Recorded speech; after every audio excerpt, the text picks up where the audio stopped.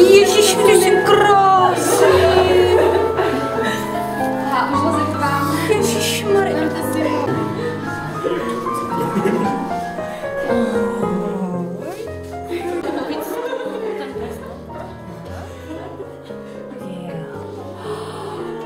No ty jsi paša. No počkej, ne, tam nelez, tam nelez. Jo. Ahoj. A tě ještě dneska seznámím se Siránem. Tak pojď, ty budeš zpátky. Otvorok. A počkej. Počkej, to bylo rychlé teda. To bylo hodně rychlé. Ty jo.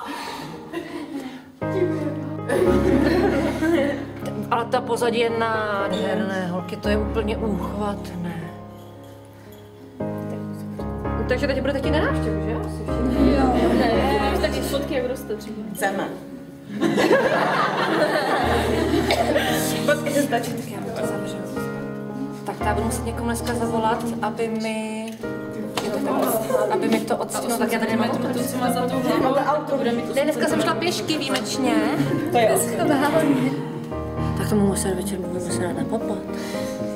Ty. Dala vím za to, jako není to moc zase. No já si ne...